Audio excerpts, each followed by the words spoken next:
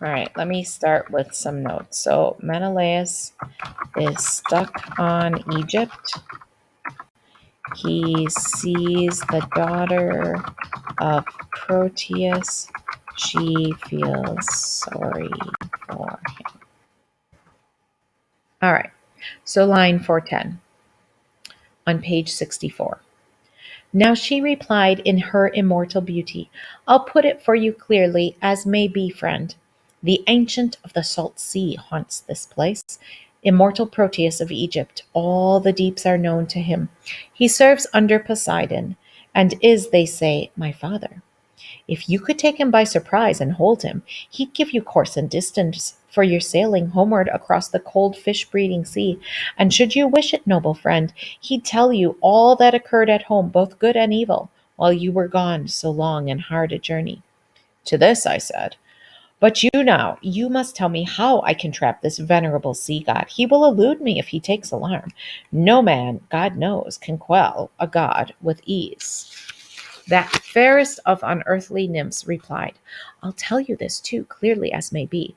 When the sun hangs at high noon in heaven, the ancient glides ashore under the west wind, hidden by shivering glooms on the clear water, and rests in caverns hollowed by the sea.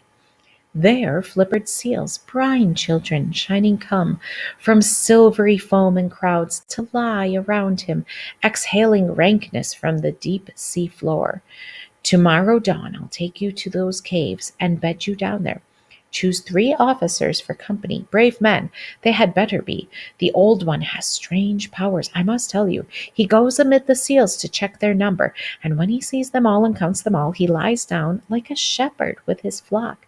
Here is your opportunity. At this point, gather yourselves with all your heart and strength and tackle him before he bursts away. He'll make you fight, for he can take the forms of all the beasts and water and blinding fire. But you must hold on even so and crush him until he breaks the silence. When he does, he will be in that shape you saw asleep. Relax your grip then, set the ancient free, and put your questions, hero. Who is the god so hostile to you, and how will you go home on the fish-cold sea? At this, she dove under a swell and left me. Back to the ships in the sandy cove I went, my heart within me like a high surf running. But there I joined my men once more at supper as the sacred night came on, and slept at last beside the lapping water. When dawn spread out her fingertips of rose, I started by the sea's wide level ways, praying the gods for help, and took along 3 lads I counted on in my fight. In any fight. Meanwhile, the Nereid swam from the lap of ocean laden with 4 seal skins, new flayed, for the hoax she thought of playing on her father. In the sand she scooped out hollows for our bodies and sat down waiting. We came close to touch her, and betting us, she threw the seal skins over us. A strong disguise, oh yes, terrible strong, as I recall the stench of those damned seals. So now, this daughter of Proteus decides she's really going to help them with this trick for her father.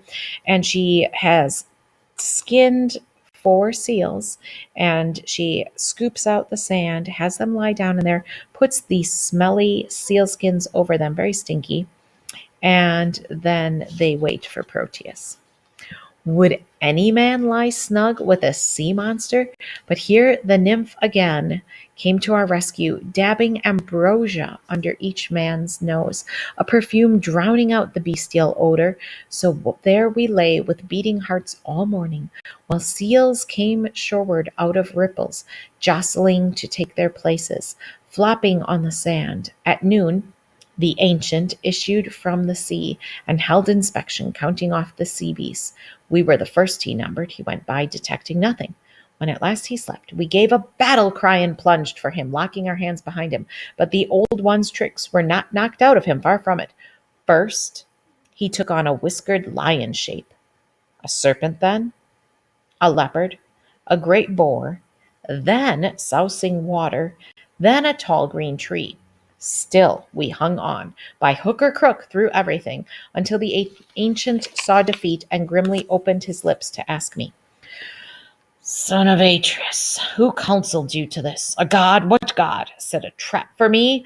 Overpower me? Why? He bit it off then, and I answered, Old one, you know the reason. Why feign not to know? High and dry so long upon this island, I'm at my wits' ends, and my heart is sore.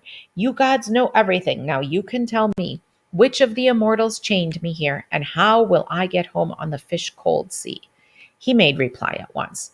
You should have paid honor to Zeus and the other gods, performing a proper sacrifice before embarking.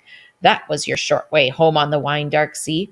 You may not see your friends, your own fine house, or enter your own land again, unless you first remount the Nile and flood and pay your hecatomb to the gods of heaven. Then, and then only, the gods will grant the passage you desire.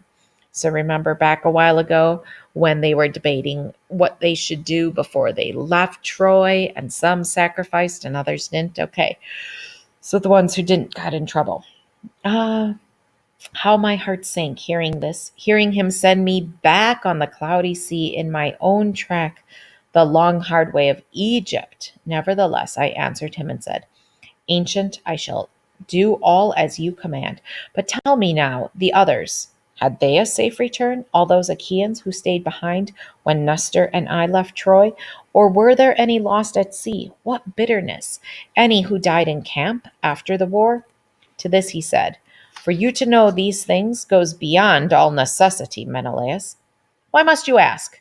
You should not know my mind, and you will grieve to learn it, I can tell you. Many there were who died, many remain, but 2 high officers alone were lost on the passage home. I mean, you saw the war. One is alive, a castaway at sea. The other, Aias, perished with all hands, though first Poseidon landed him on Gerai promontory and saved him from the ocean. Despite Athena's hate, he had lived on, but the great sinner in his insolence yelled that the gods' will and the sea were beaten, and this loud bray came to Poseidon's ears. He swung the trident in his massive hands, and in one shock from top to bottom split that promontory, toppling into the sea the fragment where the great fool sat. So the vast ocean had its will with Aias, drunk in the end on salt spume as he drowned. Meanwhile, your brother left that doom astern in his decked ships.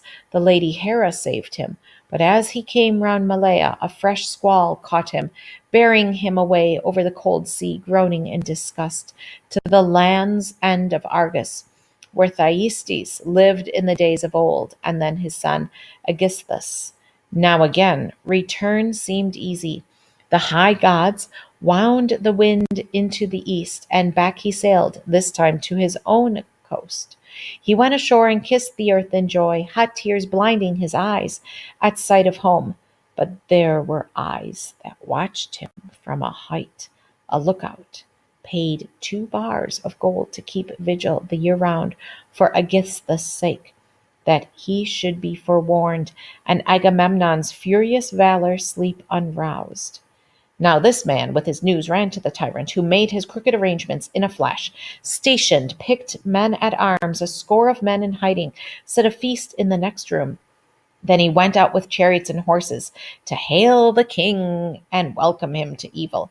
He led him in to banquet all serene, and killed him, like an ox felled at the trough, and not a man of either company survived that ambush in Aegisthus' house. Before the end, my heart was broken down. I slumped on the trampled sand and cried aloud, caring no more for life or the light of day, and rolling there weeping till my tears were spent. Then the unerring ancient said at last, No more, no more.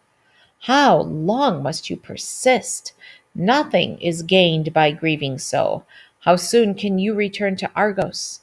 You may take him, alive there still, or else meanwhile Orestes will have dispatched him. You'll attend the feast. At this my heart revived, and I recovered the self-command to question him once more. Of 2 companions now I know. The third? Tell me his name, the one marooned at sea. Living, you say, or dead? Even in pain, I wish to hear.